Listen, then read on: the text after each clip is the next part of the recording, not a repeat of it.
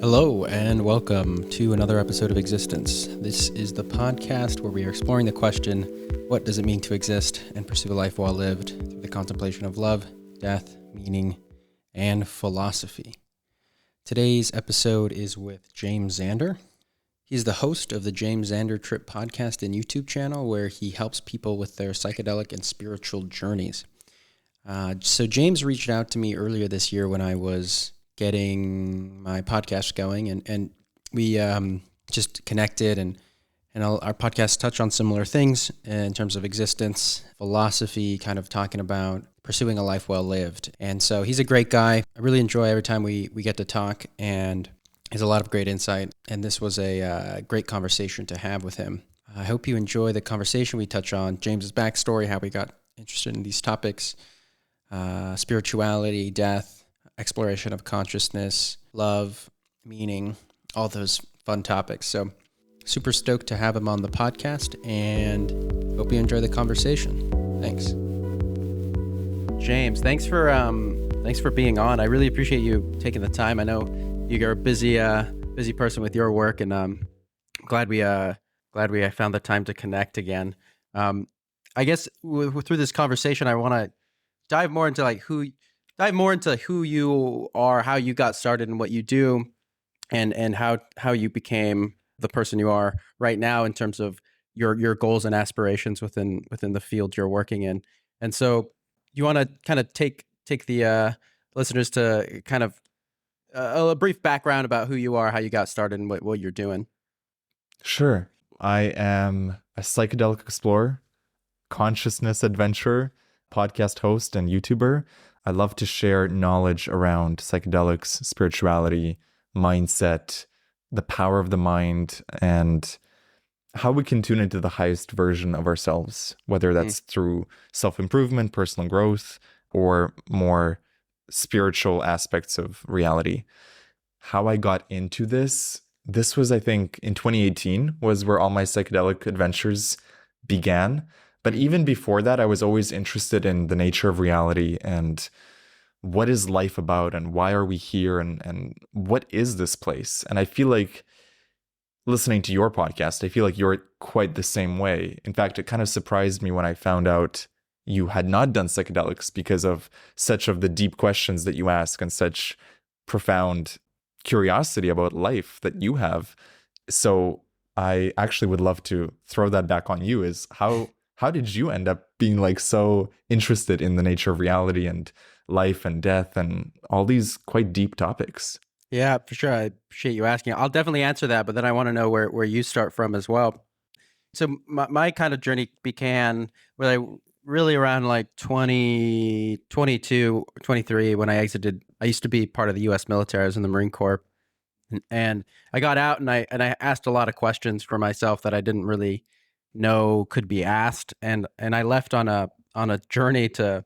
I couldn't be where I was from. I was from California, and I needed a change in my life, and I ended up selling everything I owned, went on a motorcycle trip, and just took off, just exploring the world. And then my mindsets and my attitudes have been developed from there, and as I went along and traveled and asked questions, I just kind of grew to ask the same questions that you just talked about right now. Is like, what is going on? Like, what are we doing here? How best can we live this life, whatever this is? You know what I mean? And so, philosophy has been playing such a huge role in that, and just kind of understanding how, what there is to do, what there is to see, and how best to live it, and there's a whole host of things to explore within that.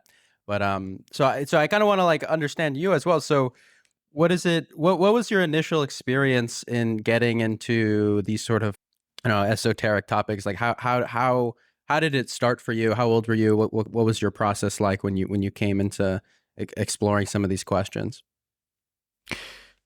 When I was 13 or 14, I had a really interesting experience where this random kid from school who was a grade above me, and I didn't really know him super well, but we would wait for the bus at the same bus stop to go to school. And one day, and I don't know what prompted him to say this, but he said, "Do you know that your thoughts create reality?"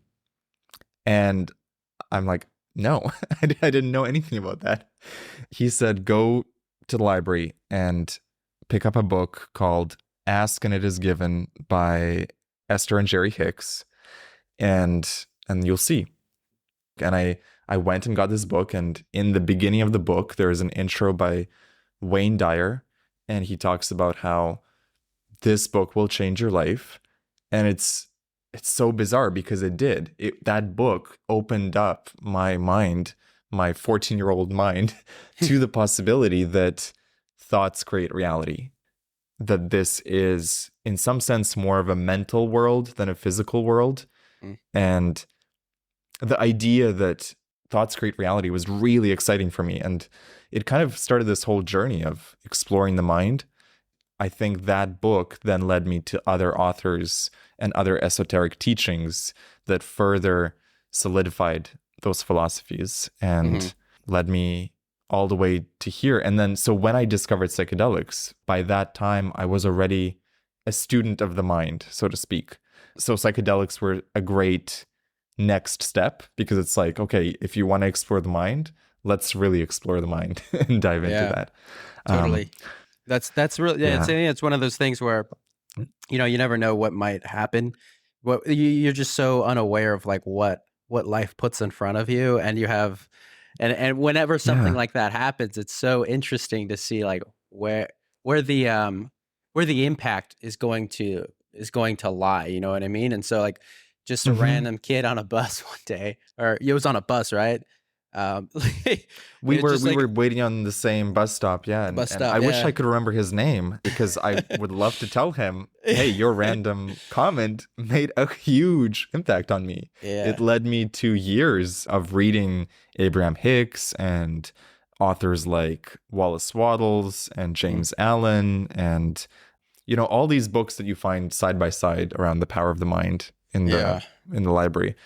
So, very interesting. What an impact, right? We never know what kind of comments we make to someone else, or question, or book recommendation, how that can impact someone's life. It's amazing. Totally, yeah. I think that's one of those things I always think about. It's like, what is happening right now that I'm like, that's going to impact me later on? I just have no idea. So how do you view? So I guess not necessarily how do you view? What was your experience like getting into psychedelics? How did it start, and what was the impact it had on you? So it started with, funnily enough, it started with an edible, which technically is not a psychedelic. It's a weed edible. And my friend Sky, he gave me this edible, and it was my first time trying anything like that. And it was the first time where I felt my consciousness was shifted in the sense that I was still James, but there was a more awareness. There was a deeper awareness of the frequencies around me. And I just found that so fascinating because I don't think I've had that experience before. And from there, I think it was a month or two later, another friend offered to go camping and do LSD in nature. And it was both our first times doing it. And that was the first proper psychedelic trip. At that point, I was, because of the edible and kind of how it opened up the doors of perception for me and what was possible, I was a yes. I was like, yes, I want to do this. I want to try this. I think if it wasn't for the edible, I might have been more nervous or more hesitant. But now this curiosity was sparked within me. I'm like, if just a little edible can do that, what can LSD do? Totally. And the LSD was the first experience. I could go into how that went. And then after that, it was shrooms, then DMT, and then a few other things. Yeah. So I guess kind of go into like what was the process for you from the first experience of doing or of partaking in LSD to the next steps? Like, how did it evolve? What was your evolution like there? Yeah. So the LSD trip was really cool because it was the perfect environment. We were in a forest surrounded by other campsites, but they were all kind of friendly to psychedelics. So it was a great environment. And we were so innocent that we didn't know, like, is it okay to mix coffee, like to drink coffee in the morning and then take LSD? Because we thought, what if there's some like weird effect that happens from one to the other? And for the record, you're totally okay. You drink coffee. So we had some coffee and then we took the tabs. Each one of us took one tab. They were pretty strong tabs. Now that I've had more LSD experiences, I really appreciate that first one because it was a pretty strong tab. And I think what started happening in about an hour is, again, you just start seeing more frequency of reality and like things start morphing a little bit and shifting a little bit. But it's not the hallucinations of, oh, there's like some red dragon that suddenly appears. It's more like you're seeing more detail in everything. So for example, it was raining and every drop that hit a leaf on the tree felt like music to my ears. It felt like just like such divine presence permeating through the whole forest. And another cool experience on that trip was looking at a puddle and seeing my reflection and then seeing the layers of ego and protection that I had put on top of my core self. Almost like seeing all the layers unfurl. And I'm like, wow, so the real me is way, way, way down there.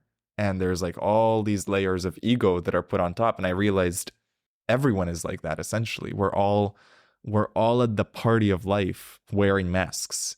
And I think when you connect deeply with someone, it's because they are taking that mask off for you and you're able to see more of their core essence. So it really tuned me into myself. From there, the evolution was, I think it was a month or two later, I just ended up at a festival and someone offered me shrooms.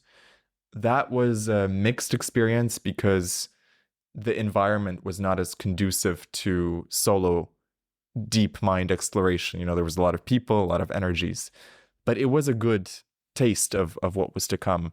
And I think from there I just started exploring more shrooms, and also DMT was a pivotal moment. So it all kind of converged. It's like once I opened that door, different opportunities and invitations started coming into my life. And each trip would teach me something new about myself. And each time I would learn how to navigate the terrain. Because when you first start doing psychedelics, if you haven't done enough research, it's easy to do it in the wrong environment or with the wrong people. And so every time you learn something like, okay, for the next trip, I need to do this, or I need to have water, or I need to have better music, or like, you know, so you slowly calibrate your system to where I am now, 5 years later, is I can trip solo on a very deep dose of shrooms.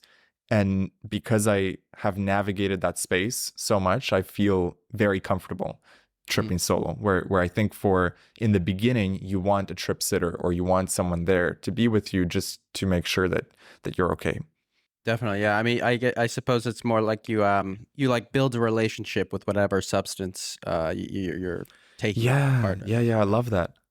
Totally. Yeah. You know, there's an energy to each one of these substances. And one of my core tenets is I never want to destroy the relationship or break the trust that I have with these substances. I feel like they've never let me down, but sometimes I let them down if I do something not intentionally or I do it in the wrong environment. And if you do something unintentionally, you could create a trust wound in yourself, and you could blame the plant medicine or the shroom or the DMT. You could blame the substance for it. But actually, it's usually just your own resistance and your own lack of preparation that led you to that moment. So I've been very grateful that I've been able to keep the trust and the relationship, especially with shrooms. They're so friendly, and they've never let me down. They've always just given me more lessons, more wisdom, more beauty, even in the hard trips. Now I get excited for the hard trips. I'm like, okay, that means there's a lot of work to do. Let's get into it. Let's dive in. There's always a lot of work to do. No, it's really interesting. And you know, like you touched on, like I've never personally done psychedelics at this point yet, but it's my relationship with like altered states of consciousness, it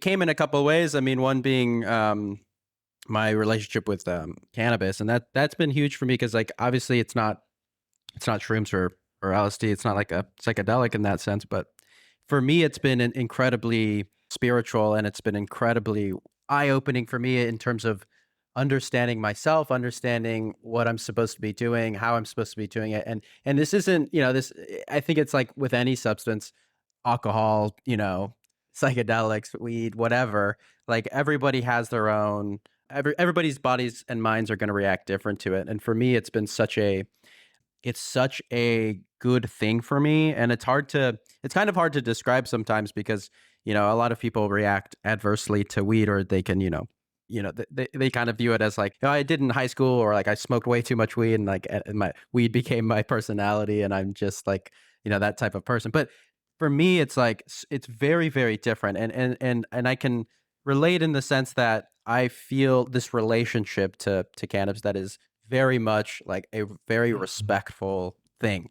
And if I don't cherish that, if I don't think about that, I've always maintained that. I've always maintained my respect towards it because I'm very sensitive to it. And I don't have to smoke much for me to get an experience that is enlightening for me. That in conjunction with like my meditation practice and understanding myself just through my own kind of baseline consciousness in that sense, it's been very interesting to dive into that world of consciousness and try to understand what it looks like and understand what it means. And you've touched on like how we, this kind of unlayering of the self. And for me, I want to know how you view your sense of self. Like what is your sense of self to you, and how has it been deconstructed to you? What a deep question. I love it. I think my sense of self, I mean, I can talk about how it's changed over the years with psychedelics. I find that my mind is more quiet. I suppose this is the same benefit that people get from meditation long term. I find that I can separate myself from my thoughts. There's like more of a gap and a space. Whereas my younger self would get really pulled into the drama of life. I'm way more detached now. And detached doesn't mean checked out. I can still be very present, but I'm not as attached to the cacophony of thoughts that might be telling some sort of story around what's happening. So that's been a really beautiful way of tapping into that presence within you that doesn't speak. It's just there. It's the pure awareness. It's, I guess, what some teachers call the I am. That's just like pure awareness. And that's been really beautiful. And also, I find that on psychedelics, I tap into what some people might call the higher self. It's like the highest, most truest version of you. The version of you that is the most truthful, the most courageous, the most loving, the most compassionate. And when you do a psychedelic trip, I feel like I connect with that very deeply. And then if I do the homework and the integration after the trip, I get to bring a piece of that back. And so with every trip, it's like I'm getting a little bit closer to my ideal self, to my most truthful and authentic self. So you're viewing self as like and correct me if I'm wrong, you kind of see it as I would like you to put it in your own words, but like an aspiration or like something to reach towards. Is that correct? The higher self, yes. The higher self, okay. I feel like it's a maybe not an aspiration, maybe it's a piece of you that is operating on a higher level than the human you. So it's like, imagine if you're playing a video game and your current self, Evan, is the video game character in this video game called Earth or Life. But then there is another aspect of you, a bigger you, that's on the couch with the controllers. Gotcha. But we forget about that part of us because we want to be immersed in the game. So we don't see the controllers. And maybe the link between those two is intuition for a lot of people. And like that gut feeling, I feel like that's communication from our higher self. Yes. Okay. Interesting. I get this is kind of touching on something that I think about, especially in terms of like when I hear conversations on psychedelics or people who have had, a plethora of experiences with them.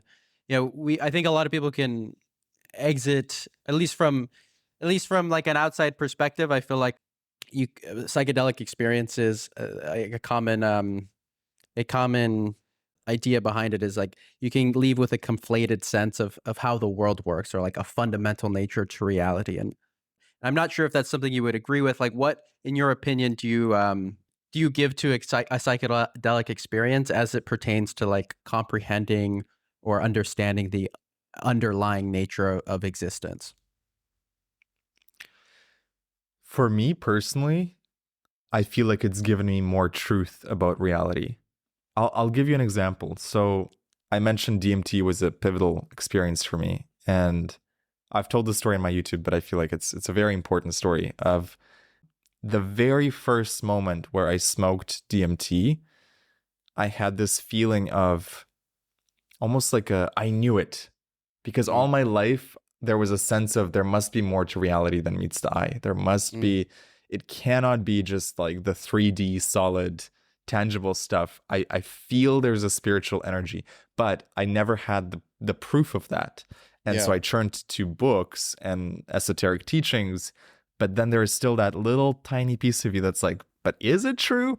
And I feel like with DMT, it so clearly gave me that feeling of knowingness, and also showed me visualizations of frequency and energy, that I was blown away by it. And I came out of that experience feeling like I had found something that I'd been searching all my life.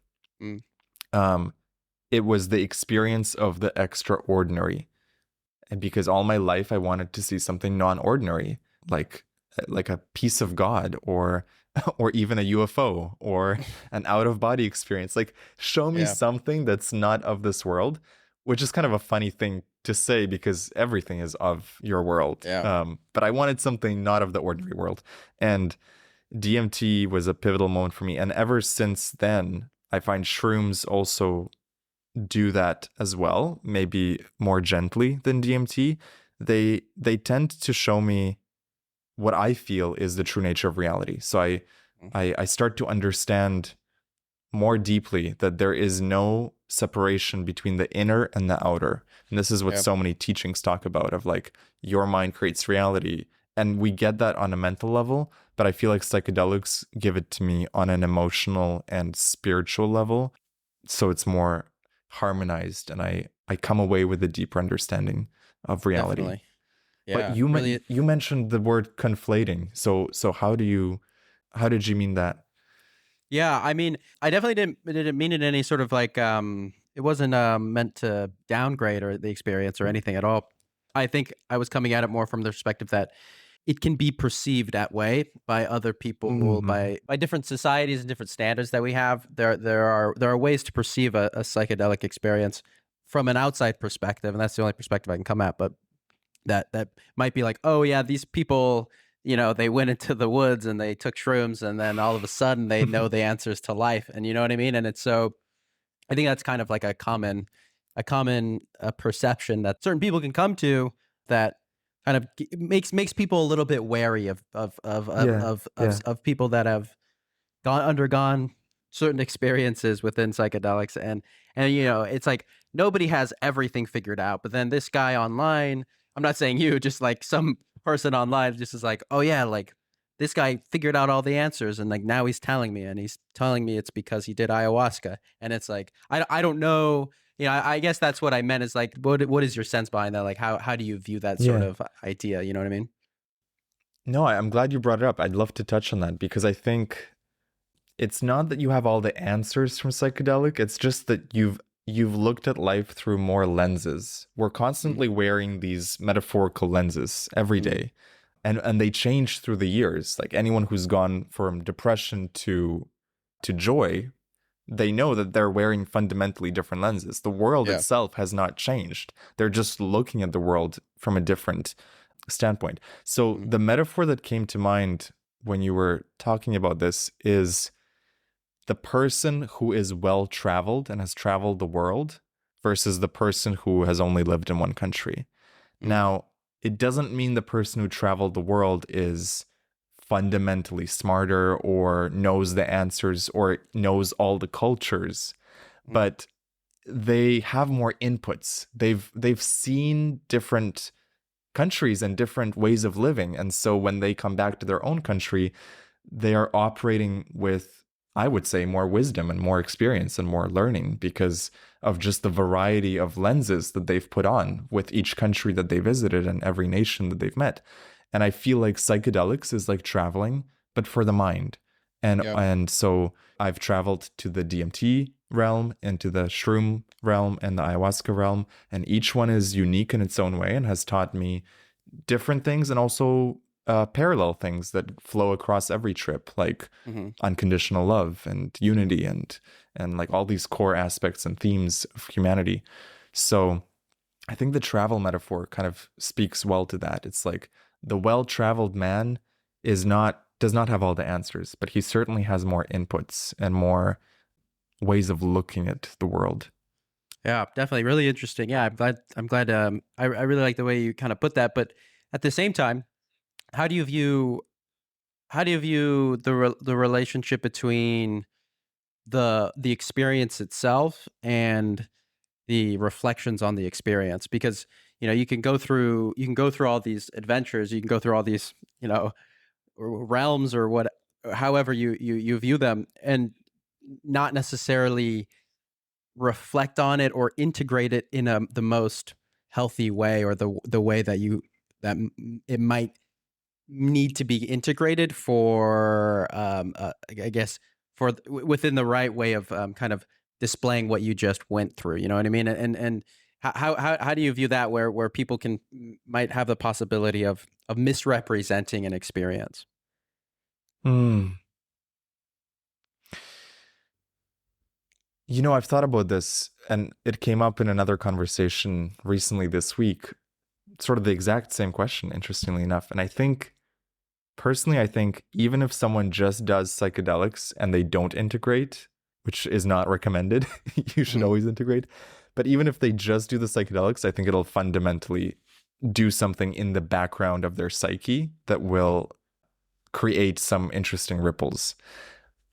But where psychedelics are most powerful is definitely when you can bring a piece of that experience into your day-to-day reality.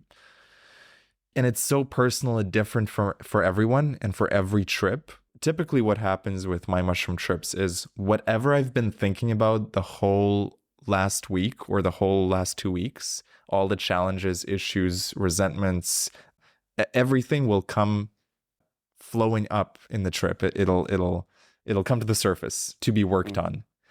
And the mushrooms will provide their own perspective in it. I remember vividly one time I had a fight with someone very close to me, and I was convinced that they were in the wrong and I was in the right, which is such an human thing to do. And I thought, so I tried to work on it on my own, and then a week later, I was still feeling so much pent up resentment around this. I said, I know what to do. I'm going to do a mushroom trip because for sure I'm going to get a different perspective on this. And what do you think? Do you think the mushrooms agreed with me that it was all their fault? Probably not. Totally not. They actually showed me how it could also be viewed that it was all my fault. They took no biased side. They really just were very intent on showing me the truth of how we had both co-created this, how it takes two to tango. And I came away from that.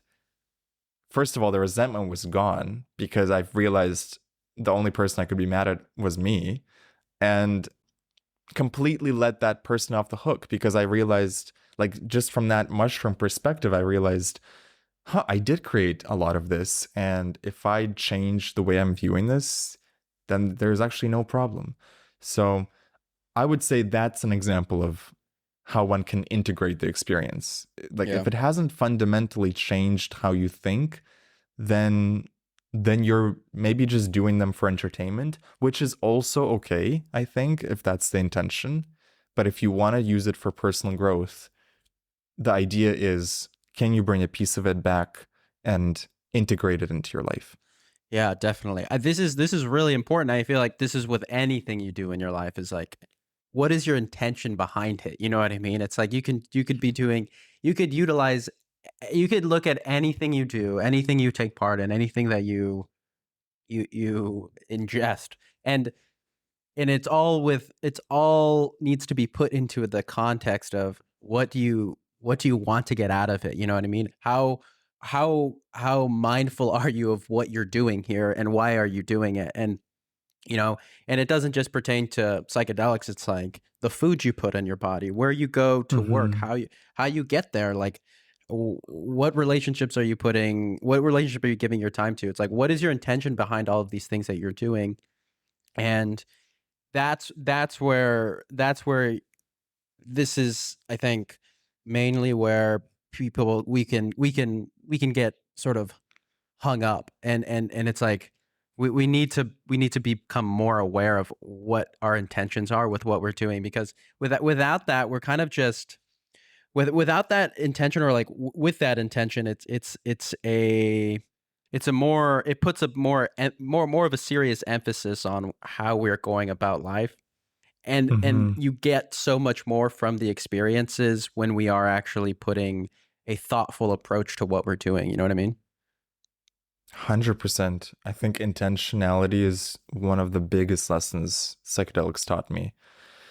There's no end to how intentional you can be. You can always be a little bit more intentional. One technique I learned from a friend is, imagine you're directing life, like you're the director of your movie.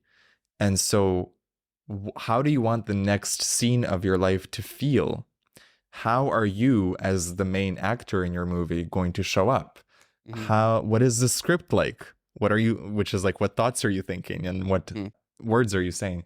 So looking at life from the point of view of, I can direct this experience, even if it seems like there's outside forces or events happening. I actually have a lot of not control, but I have a lot of control over the way I view it, and intentionality, I think, is the key to that. Um, yeah, always coming at it is like, what is my intention? Why am I showing up to this conversation? Why am I in this relationship? Why am I going to this job? Why am I creating this video? It's like everything, you can add a little bit more thought and meaning behind it. And I think that's really cool. Definitely. It's like, goes back to, just living an examined life, because without that and I think that's the thing, is like we get so lost, we get so caught up and with our thoughts and with our experiences. And then one day we kind of like wake up in some sort of state of mind, and however we might have gotten there, and we kind of realize like, hey, what are we actually doing here? You know what I mean? Like, how are we going about these things? And that's, I think, from that point on, it's like your choice in a way to start learning how to examine as much as you possibly can, because without that, we're just flowing in some sort of direction which we're not really giving much credit to or much thought towards. What I want to ask you, you touched on duality a bit. So like, this idea, and this is something that I've been thinking about a lot, which is how we view our minds separate from the world, and the world separate from our minds. And I think like inherently we have this kind of we have like this sort of intuition that like, this is my body and this is the world, and they're separate. But then when you think about how they are separate, they're not separate, and it's all the same thing. It's all we're all part of this sort of like singular being, the singular existence. So how have you thought about duality in that sense, and what has shaped your thinking surrounding that? Great question. I think a big influence that shaped my thinking was the works of Neville Goddard. He was an author from the 1900s, and he talks a lot about how essentially this is a mental world and your imagination creates all of it. And that this 3D world is like a shadow of the fourth dimension, which is completely mental. And the way we access that is through feeling and imagination. And then I think psychedelics also were a huge influence for me, because on a psychedelic trip, you experience so much synchronicity. So like if you're in a bad mood or facing some sort of resistance in the trip, it actually starts manifesting physically. Like the fire alarm will go off, or like some neighbor will rev their motorcycle like super loudly at the exact moment that I'm having like some really challenging moment. And then the moment I become peaceful or find some sort of compassion or forgiveness in that moment, everything will quiet down and everything will get really still and flowy and smooth. And, you might think, well, that's a coincidence, but I've seen it so often on these trips. So I believe real life, like the day-to-day reality, is exactly the same. It's just there's a little bit more of a delay. So we don't make the link between our mind and the outside world. But I definitely think there's a huge, huge link. Yeah, I feel like my belief is it's all one consciousness being manifested. And so the illusion of it's an illusion of separation. It's an illusion of you are you and someone else is them, or I think it's all melded together, one energy. Yeah. Would you be able to talk more about the you said there's kind of like a delay. What were you talking about in terms of that delay?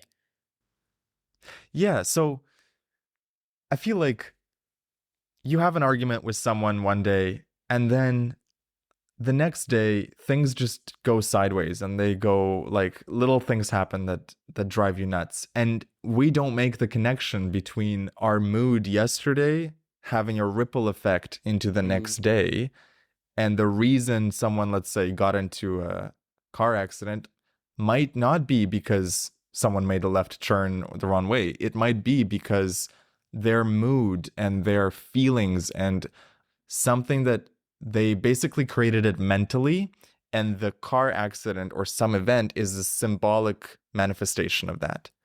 So I don't know if this sounds nuts for your audience, but it's essentially like I feel like when you really get the hang of it and you start paying attention to your life, you start seeing it everywhere.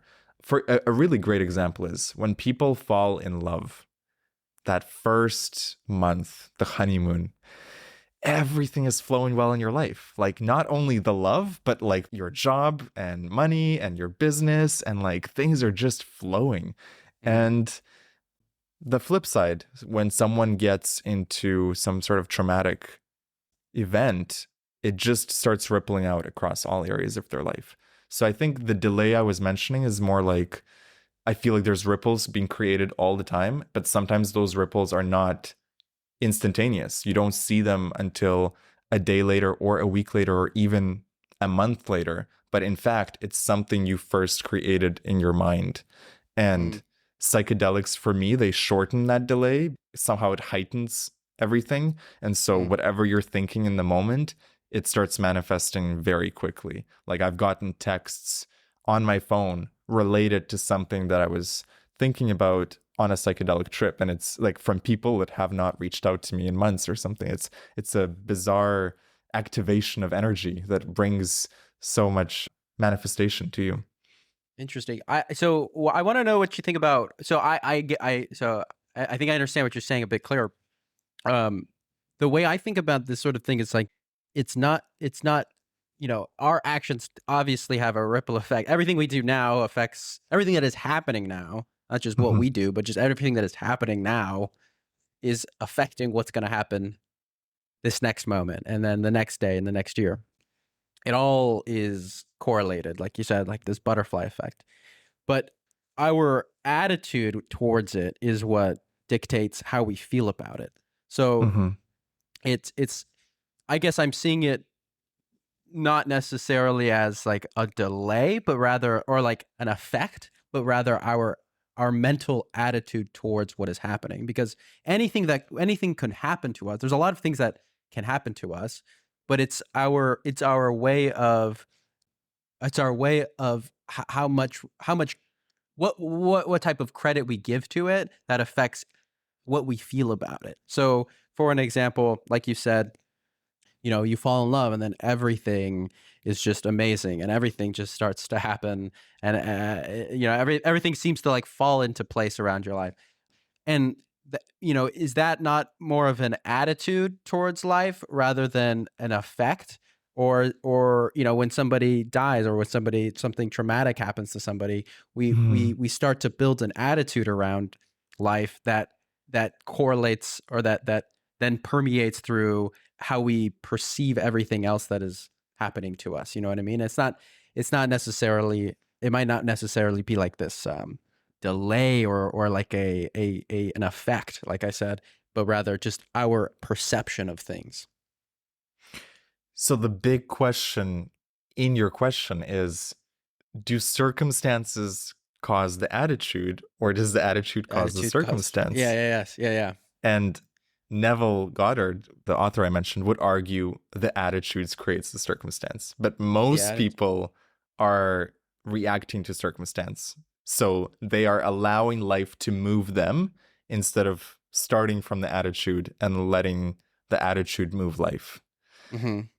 And I think it kind of works both ways, right? So once you create something in the 3D reality, you can observe it and it'll continue causing the same trigger and the same attitude. And so you could then point at that thing and say, that event, which was traumatic, is the reason I'm the way I am today.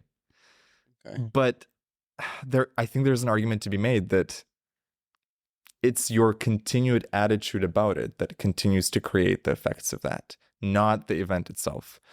And then extending that further, would it be true to say that if you can right now in this moment create a new attitude and nothing has changed yet in your reality, but you hold on to this new attitude of optimism or a new attitude of love or a new attitude of self-love, will you start seeing effects of that in your reality? And I would say yes. And I've seen it in my life. And I'm sure you've also experienced that in your life, where it's like the attitude came first before there was any physical manifestation. And then the floodgates open and things start appearing to match that attitude. Yeah, definitely. I would definitely agree with that. It's like this. It's like you find some sort of, I found grounding within a certain attitude, and that attitude is like love at the base of everything. And then you learn to kind of see different parts of like what love is, and you see different parts of like how to manifest. Or I guess I wouldn't. The word manifest is kind of something I don't really use, but it's like this way to kind of ground yourself in an underlying like principle, you know what I mean, for your life, in order to keep that through whatever the highs and lows you're about to go through, you know what I mean? So like, you could go through traumatic experiences, you can go through super incredible experiences, and it's all based on it all ultimately, how you feel about those experiences is based on your attitude surrounding them. So, it's almost like a stoic kind of philosophy behind it, where you're like, we're able to take whatever happens and implant your already grounded philosophy behind life, and it's like, okay, whatever happens, like there's a purpose to it, there's a reason, and I'm going to try to do my best to find the silver lining, to find the love, and to move that in a direction where I'm not going to get stuck in like this turmoil or whatever. And you just kind of you implement that philosophy onto everything else that may or may not happen.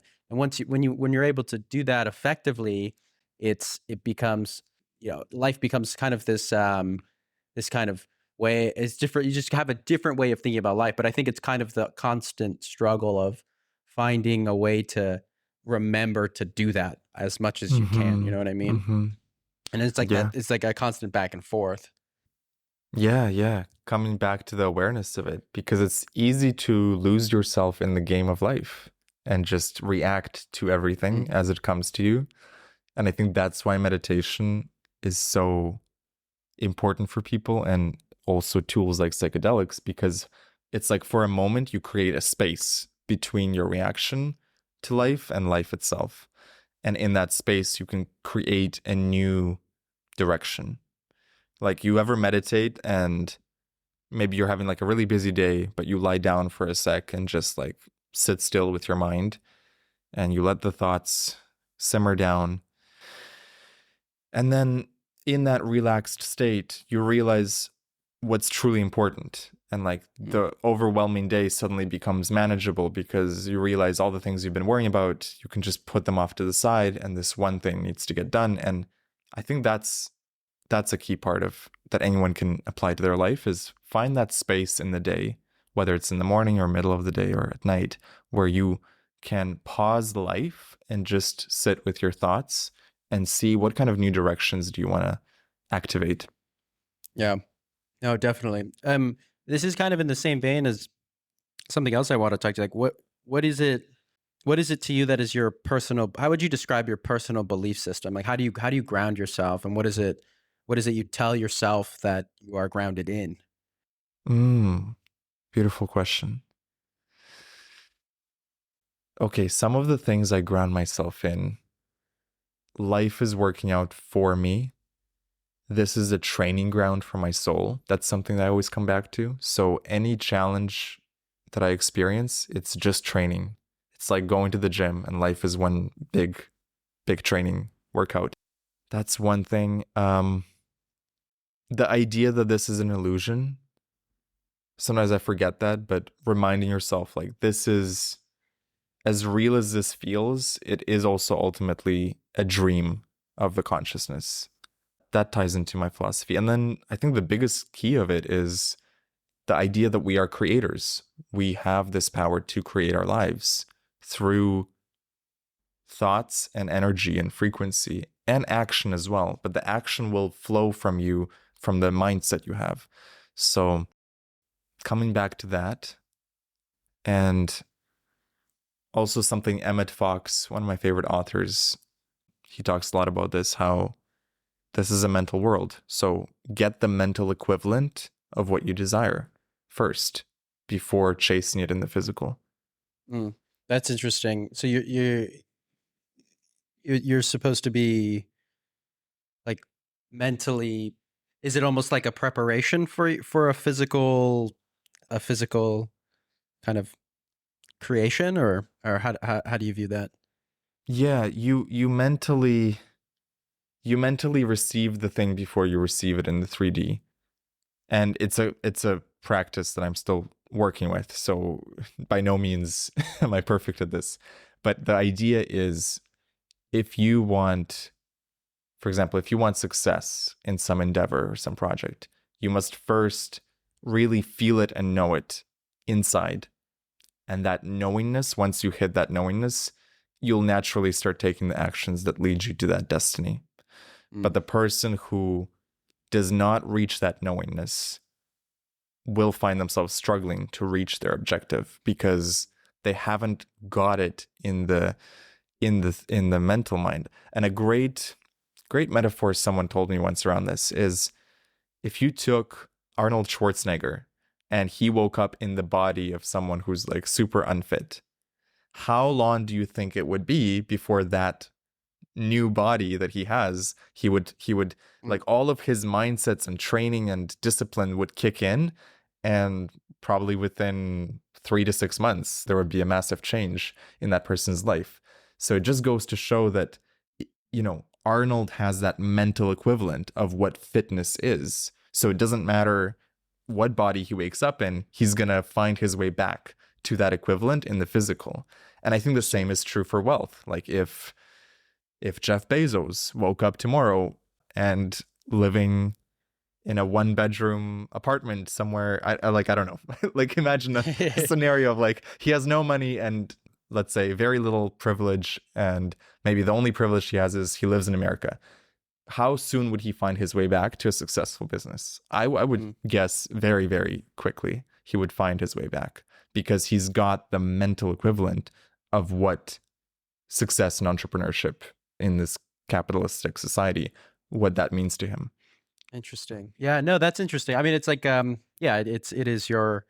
goes back to an attitude about life. Yeah. How do how are you mentally framing your experience, and then your mental framework then dictates your physical creations. And so, yeah, that's really interesting. I mean, so this kind of leads into a question that um, I wanted to ask you, especially pertaining to your views on consciousness. Like, as somebody who is a self-described consciousness explorer, how how do you view your exploration within consciousness? Do you view it from an analytical perspective, or more from a spiritual perspective, or a mix of both? Like, how are you viewing your journey into experience as?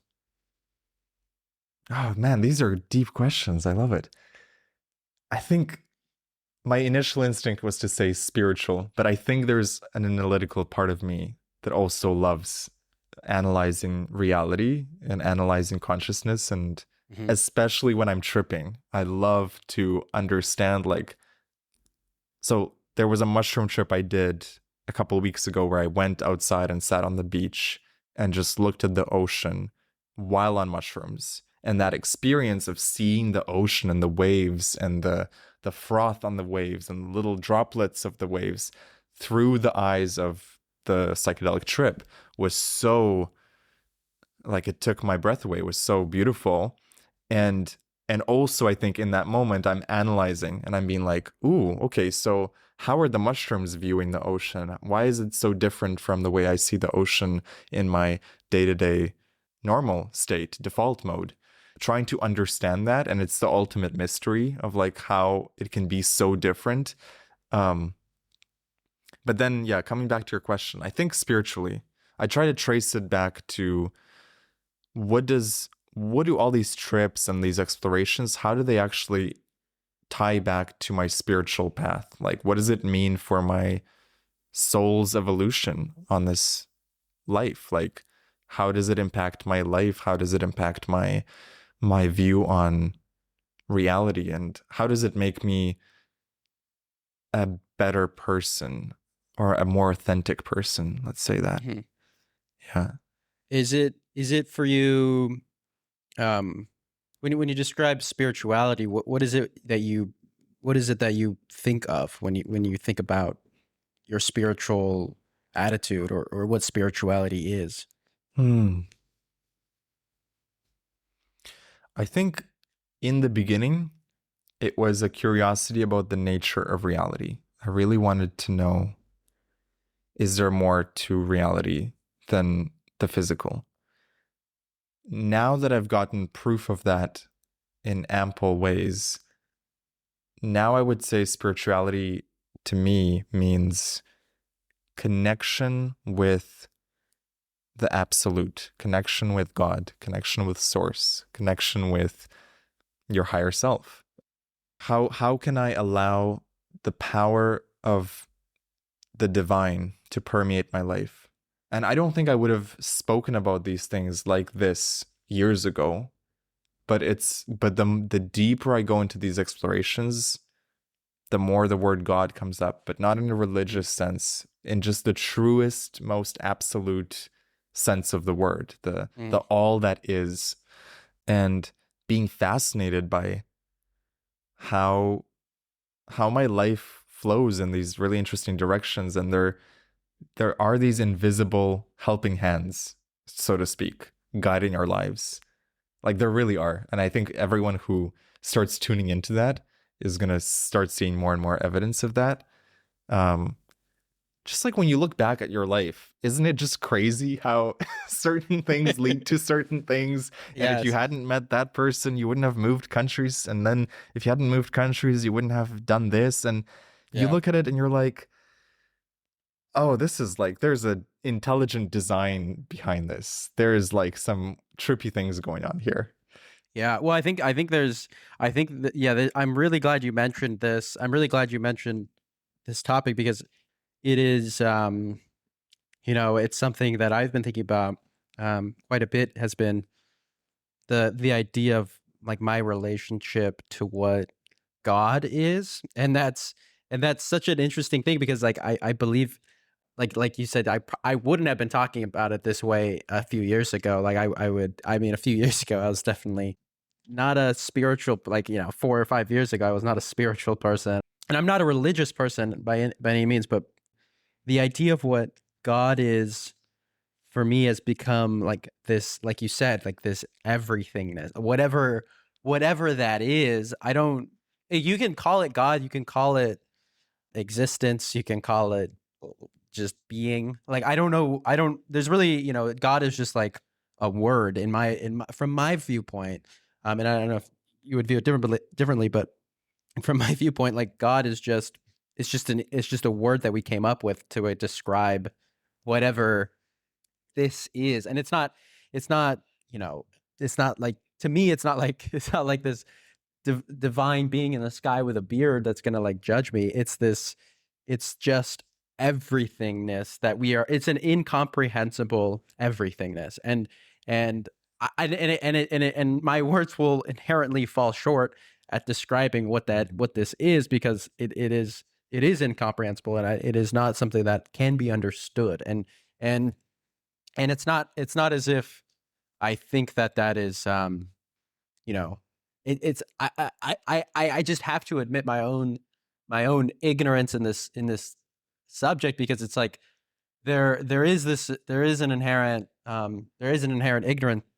ignorance to humans when we try to comprehend these things, when we try to explain and talk about these things, because there's just so much that is unknowable. And I'm not even, I don't know if it's in, like, I don't know I haven't really thought about like the intelligence of it, like, like you mentioned, like this intelligent design or anything. And I thought about that from a religious perspective, but not necessarily from the perspective that I've thought about it recently. But whatever it is just being. And to me, that's such an interesting, it's like, it's everything. And that's like what you want to explore more. You know what I mean? It's being itself. And I kind of want to know what your relationship to God is a bit further. Or Yeah. whatever you would describe it as, like however you would describe it as. I feel like anything I'm going to say is going to fall short of my experience of it. Yeah. When I was younger, I think I had a very murky idea of what God was. So I didn't feel a personal connection to it, but it made sense to me, let's say logically, that there might be some sort of higher being. But now I see God as, a couple definitions came to mind. One is, God is consciousness. God is this like spark of life that permeates through everything. Another definition would be like, God is love. It's like this unconditional love that is in every flower, tree, animal, and human, and every planet and every star. It's like, it's made of love. Why psychedelics have been so important to me was because it felt to me like I was able to experience that deep love and that deep presence and that awareness and consciousness that I would call God. Especially on DMT and ayahuasca, it truly feels like you're connecting with something divine, something bigger than your small life on earth. And there is also a sense of infinity. There's a sense of the spark that is you, the consciousness that is you, is not going to flicker out when you die. It goes on forever. The vehicle that you're in, the body you're in, will flicker out of existence. But the awareness that is the I am within you continues forever.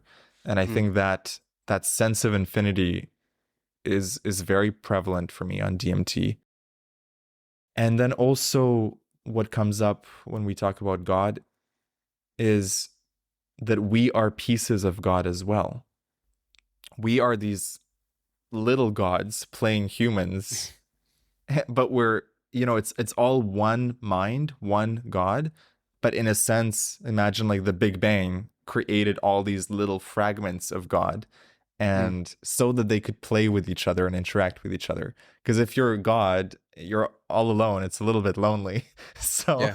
you probably want to create these games of life on Earth so that you can have this dance with other energies. But at the root of it, at the core of it, I think it's one energy, one intelligence, one consciousness. And so when I connect with God, it feels like I'm connecting to the intelligence that knows all. It's like the ultimate AI. Mm. You mentioned two very interesting points, and one I definitely agree with. Being, for me, that's the way I view God is like this love. I don't know, like I think it's like the one thing that I can point to where it's like, if all my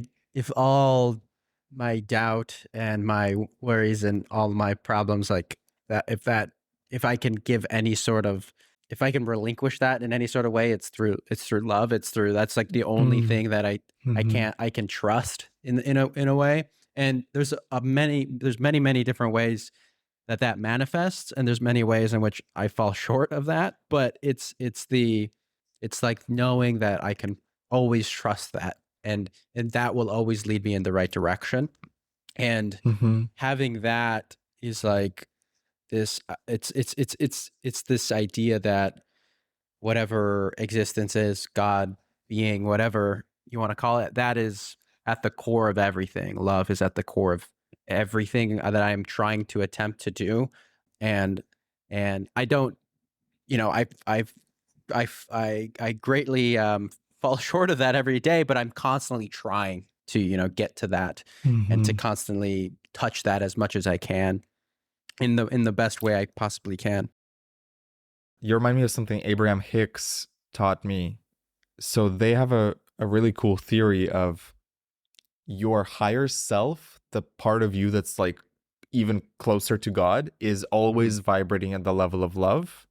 And then your human self kind of like flicks in and out of love depending on the mood and the circumstances. But the reason we can feel bad is because our higher self is holding the love frequency. And so we feel disharmony because there is that constant pulse of love being emitted by God. That's why when we feel love, we feel so in harmony and so connected. It's because now there's a parallel of frequencies. The tune. It's like a tuning fork. You're tuned into the same frequency, and the only reason we can feel shitty is because we are in disharmony with the all that is, which is love. Yeah, that's really interesting. And I think it's also important to mention when like this sort of thing is being talked about, we are inherently not, like we make all these metaphors, we make all these different ways of describing what this is and what, everything that we've talked about. It's all under the assumption that like we are still falling short of what that is. You know what I mean? It's like we still aren't fully like the, when you talk about like frequencies or pulse, like that's just it's like a human way of describing what this is. It's what is going on, and what is may or may not be the case. And that's still an important way of describing things, but still falls short of what actually is. You know what I mean? And because we won't be able to describe what is actually there, because we as humans, in the way we are now, like that is not something that is being able to be comprehended in that sort of way. And I think that's okay. Because if we knew fully what God was, we would be God. Like we wouldn't be human. A metaphor that comes to mind is the two-dimensional line can never truly know what a third-dimensional cube is. It can make approximations, but only the cube knows what the third dimension is. And we can never fully grasp what the fourth dimension is because we're so in the third dimension. And I feel like God being all dimensions and all that is, of course, we are going to have a little bit of trouble describing the enormity of that. And that's the fun of it. Yeah, no, definitely. That's what everything is like, just that's what makes everything so interesting, because there's this constant mystery and we're trying to understand it. And to me, and I'm sure you would probably think very similarly, to the way I'm describing it. It's sort of like this, the most interesting thing is the most interesting thing I could possibly do with my life is to learn about what life is in and of itself. Like, what is it? And so I think that's something that that always I always think about when I'm thinking about, like, why am I interested in these sorts of things? Like, why is this what my mind is constantly on? Is because, like, for me personally, the most interesting thing to think about is where are we anyways? How what is this? And I think that's kind of the question a lot of people ask themselves when they kind of get into this way of thinking, or these sorts of topics. It's such a privilege to be able to think about all of these things because we're not in full-on survival mode. We can step back and really examine what this is all about. And yeah, it's a blessing to be able to explore that. Yeah, definitely, for sure. I want to talk to you about one of, I think, the most, well, it's a topic that I think like everyone thinks heavily about, and one that I've really evolved in my relationship towards, and that is the topic of death. And when I mention death, what is it that you feel? How do you feel about the idea of death? The next great adventure. You asked me earlier in the conversation, what are some of the core tenets of my personal beliefs? And I think one of the core tenets that is being solidified as the years go on is there is no death. Like, I truly have come to terms with the fact that we are infinite energy, and there is a transition from this realm to something else. But the idea that you die and somehow there's this black box of nothingness just becomes a little more ludicrous the longer you think about it. So death to me is, what the words that come to mind is mystery. Also, something that comes to mind is DMT, because on DMT, the feeling you get when you do a breakthrough trip is it feels like dying, if dying was the most beautiful thing that ever happened to you. Wow. It feels like a return to home. Like, this was this tourist destination, and that, like, the home of your soul, it's like it felt like a returning to that, a returning to love. Yeah, that's what comes up for death is actually a return to home. So, yeah, this is something that kind of a lot of people touch on with psychedelic experiences, like the idea of dying. Like, I died, you know what I mean? And it's like that's what I hear all the time about people who have undergone that sort of thing. And so, what would you be able to expand more on the process of what you felt there, like how dying through a psychedelic experience, how you've internalized that, and how you've built a relationship around the idea of death through the process of going through an experience like that? So, yes. So this was the deepest DMT trip I've ever done, and it was intentional. Up until that point, I'd only done what I would call these hybrid experiences. So you smoke a little bit of DMT and you're still here, you can still see reality, but you're not fully there, but you're not fully here. You're like in this in-between place. As a beginner at the time, it was a really good place to explore because you don't feel so afraid of the unknown because you can keep yourself a little bit more grounded. But eventually I got curious and I kept hearing about what they call the breakthrough dose, which is where you fully leave your body. And And so I asked my friend who facilitated these trips, I said, I want to do one, and let's do it. And we're at his place. I asked him, should I keep my eyes open or closed? Because in a mushroom trip, it makes a big difference. It's like, do you want to go into the internal world or stay in your room and like experience the external world? And he said, it doesn't matter. I said, how can it be that it doesn't matter? Like, I want to do this properly. Should I keep my eyes open or closed? He said, you can keep them open. It won't matter. So I'm like, okay, I'll keep them open. Yeah, So give me he something. brings, yeah. So he brings the pipe to me and he lights it up. And the process is you take a big inhale in and you hold the DMT smoke in your lungs for as long as possible so that the molecule can have a chance to interact with your body.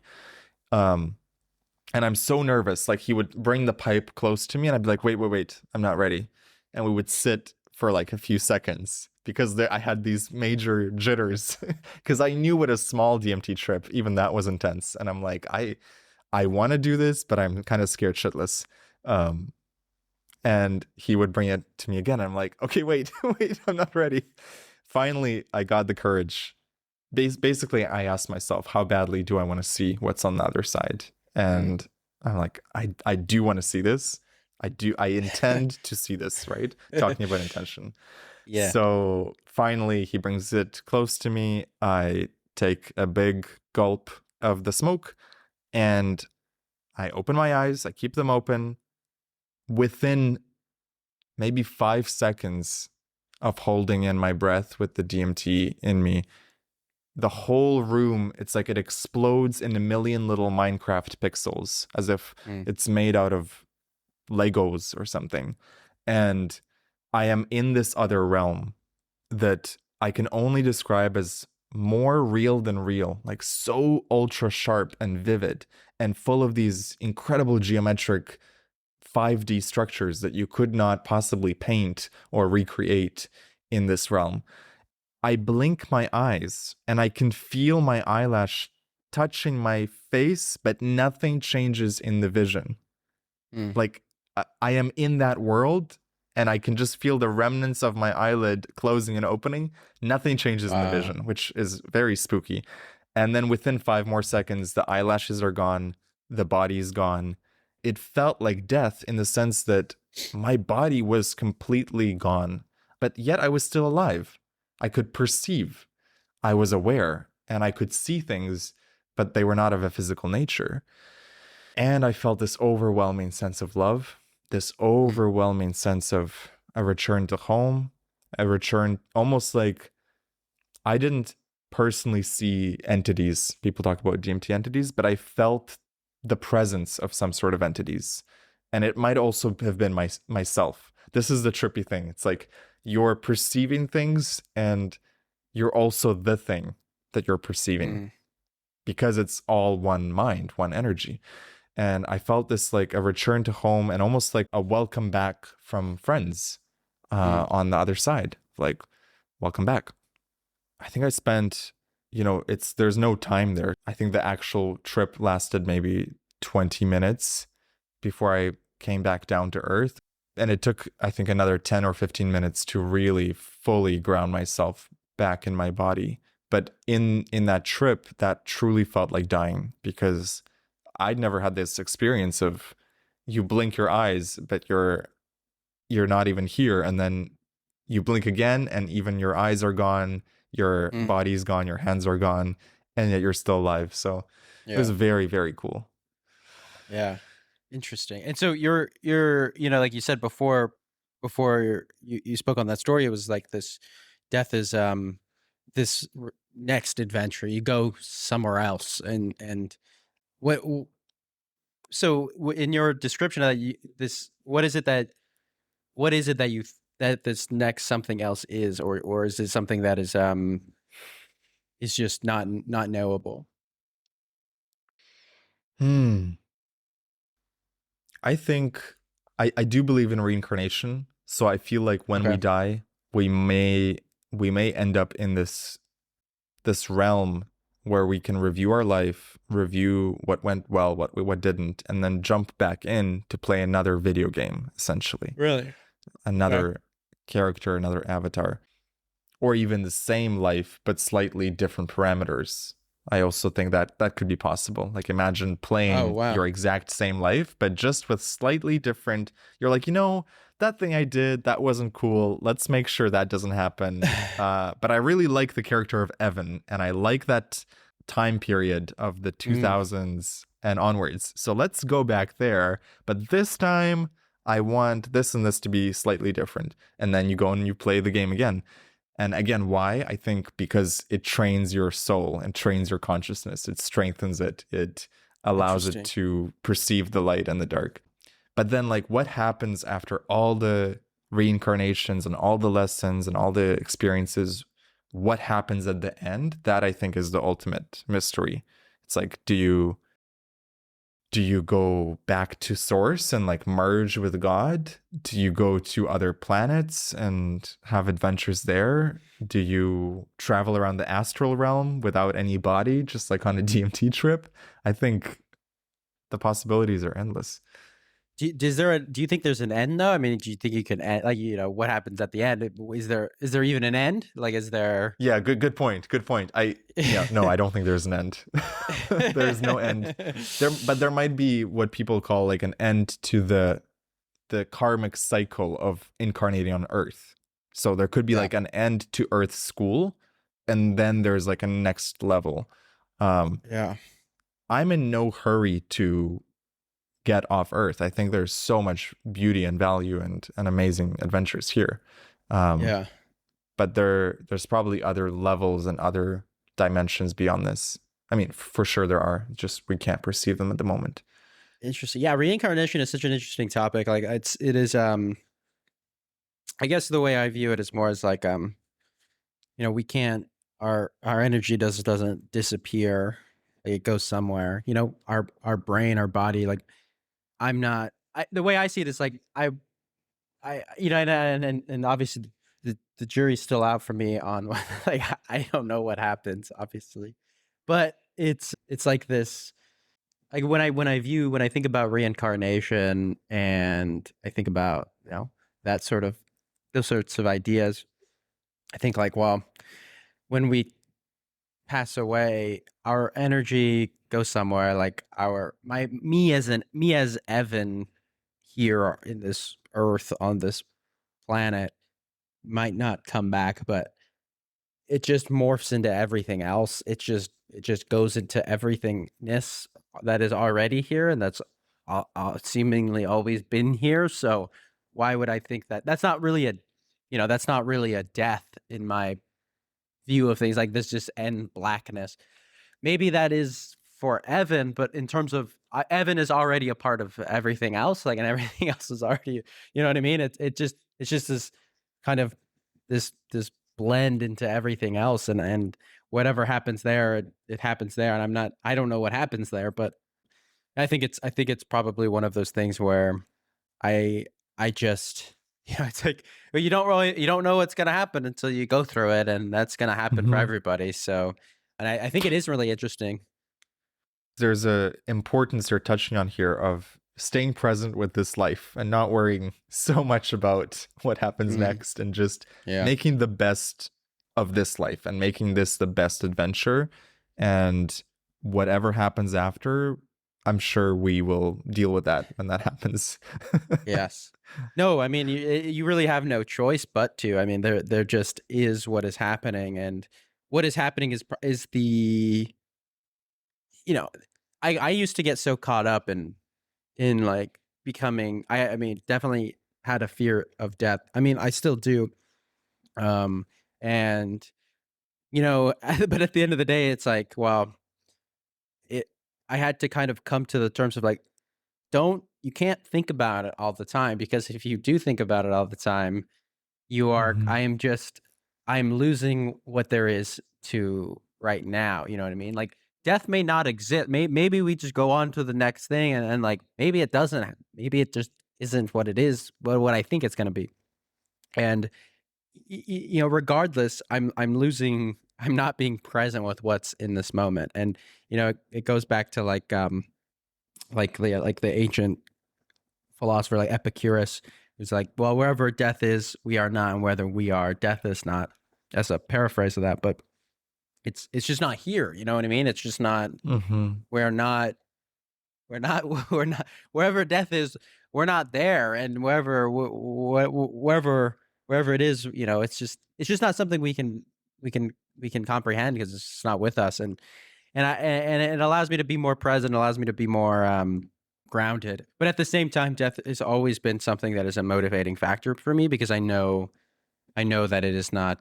I know that this life, whatever this is not permanent. It's going to end. And that reason alone is, for me, all the motivation I need to try to get as much as I possibly can done right now. Because without that, you know, it's where I'm just wasting it. You know what I mean? I'm wasting everything that can be experienced here. And I'm just trying my best every day to put as much as I possibly can into this moment. And, you know, I'm trying. I don't always succeed as much as I want to, but that's the amount of success that I feel is necessary for whatever I'm trying to achieve. And so, you know, it's like I can always give myself more crap or be hard on myself for not doing everything I'm trying to do, but at the same time, like there's a lot. The life gives you life. You're not doing less than you should. You're not doing more than you should. You're always constantly doing as much as you should be doing. You know what I mean? And I think that's something that is, for me, is kind of a comforting thought to me trying to constantly do more. And it's been kind of a journey thinking about that, or life in that way. You're always doing your best is, I think, what someone told me when, especially it helped me with looking at my past and understanding that person in the past was doing the best they could. Yes. And not like almost like cheating and saying, well, if I had the awareness and the consciousness of who I am now back then, I would have made slightly different choices. It's like, no, but you were doing exactly the best you could, and you're doing exactly the best you can in this moment. And going back to like what you said about death, it reminded me of a quote, and I forgot who said it, but someone said that if we didn't have death as part of the story of life, we wouldn't get anything done, because we just like, well, we have infinity, so this can be done next year. But death is the great anti-procrastination tool of like, get off your ass and make something of yourself, make something of your life.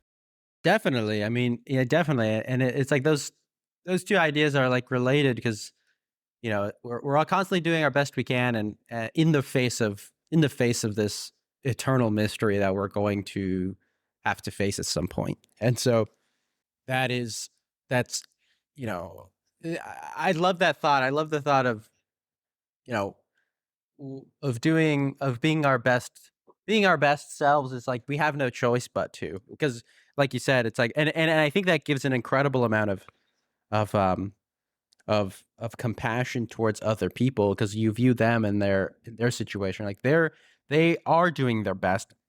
Maybe it's not as good as you would like it to be, or maybe it's not as good as, you know, how you see the world, or like it's not exactly how you would go about it, but they're doing the best with what they've been handed, and that brings compassion, that brings sympathy to other people's lives, and to try to view their what they're going through, how they're displaying themselves from a perspective of understanding and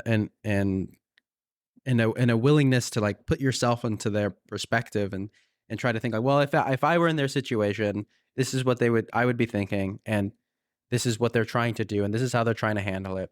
Yeah, they could be handling it in a different way, but it's not their fault that they're not, because they're doing everything they can to be their best selves. And it might fall short, but at the same time, it's like trying to uplift each other in order for us all to better ourselves in a certain way. You know what I mean? Mm-hmm.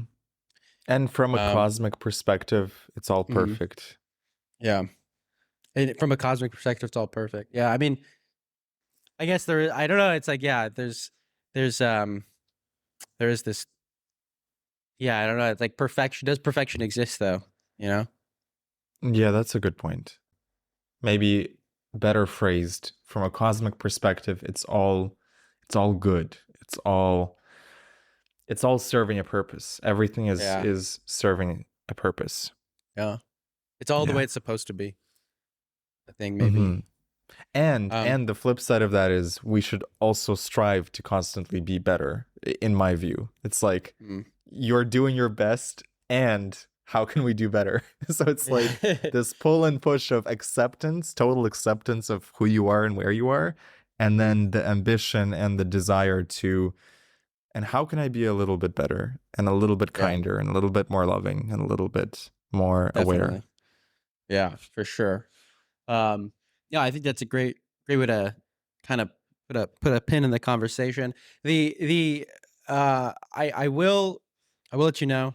I At the end of every episode, I always try to get a music recommendation for all from all my Ooh. guests. So I should have let you know a little bit earlier, but if you want to, after all this existential talk, after everyone's really deep in their minds and thoughts, I like to bring a little bit of music to it, because it's always been important to me to kind of Yeah. seek new music. I love music; it's such a big part of my life. Um, so if you Yeah. have any recommendations, you can think about it. Look through your Spotify real quick. I would love if you I have like do. I a know I good have a recommendation. recommendation. I mean, first of all, I have my mushroom playlist, which Okay, sweet.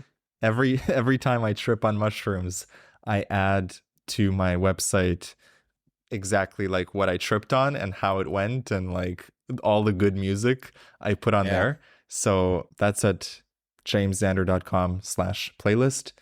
Okay. But the artist that I comes to mind when you mention music, I deeply connect with his music. His name is Marsh. He does melodic house and deep house, and something about his music connects so deeply with me, and Mm, especially on mushrooms, it's like this, there's a spiritual essence in his music. yeah. Uh and it's nothing that you could quantify or say this note is is the god essence, but something in it just Yeah. fills my soul with light and love. And a great track to check out for people is Lost in You by Marsh.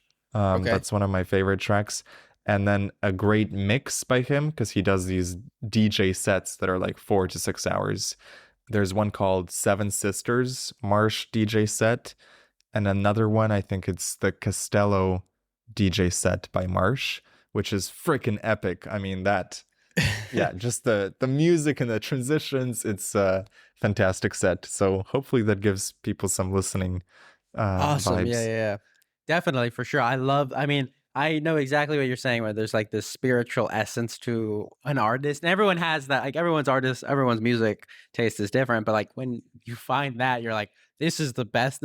I don't know what it is, but there's something Hmm. about this that is just puts you in a headspace, puts you in a mindset that is just not like other types of music. And it's great to find that. So I'm excited to listen to your recommendation. And you said you could find it at your website. Yes, if you go to jamesxander.com/playlist, all the links and all the links to my favorite mixes are there.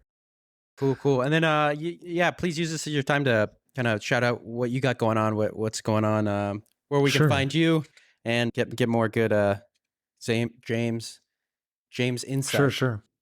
Sure. So I run a podcast called The James Xander Trip, where we dive into psychedelics and consciousness and all the beautiful spiritual stuff that we talked about here. So that's available on Apple and Spotify and YouTube. And the best way to connect with me is jamesxander.com. It's got all the links. And also, I'd love to mention my mission, which is called 1billionhumans.com. And the mission is, let's get 1 billion people educated about the power of plant medicine and the magic of mushrooms. And then let's get 1 billion people to take shrooms on the same day worldwide with the intention of love and see what happens to the planet's frequency if 1/8 of the world is tripping on shrooms.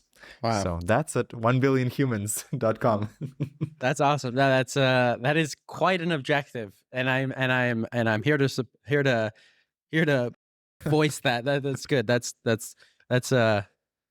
quite a bit, and I look forward to see where you guys get with that. That's awesome.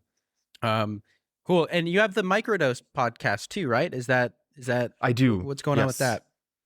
So the Microdose is where I do solo episodes that are like 10 to 20 minutes long, where I talk about my experiences, my lessons in life, my psychedelic trip reports. Whereas the Xander trip is more with guests and going into these deep 2-hour conversations with various interesting people I meet in life. So, and I like to kind of say the Xander trip is, you get the trip, and then if you want the little microdose, you can go to the Microdose. Yeah. The name, the Microdose Podcast, it's a good name. I saw that. I thought it was great. Awesome. Well, thanks James for being on. I appreciate your time. I'm glad we could sit down and talk some more.